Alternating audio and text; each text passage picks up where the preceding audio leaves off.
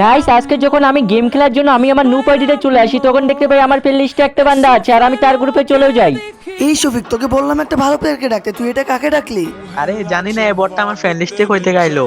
এই তাড়াতাড়ি করে এই ফকিন্নিটারে গ্রুপ থেকে কিক কর। গাইস আমি ওদের কিছু বলার আগে ওরা আগেই আমাকে গ্রুপ থেকে কিক করে দেয়, তারপর আমি তাদের গ্রুপে আবার জয়েন দেই। এই ভাই তোদের সমস্যা কি, তোরা আমাকে গ্রুপ থেকে কিক করলি কেন? এই তোর কিক না করে কাকে করবো? তুই তো আমাদের লেভেলে নাই আর তুই বারবার জয়েন দিছিস কেন? ও আমি তাহলে তোদের লেভেলে নাই, ঠিক আছে একবার টিম কোডটা দে।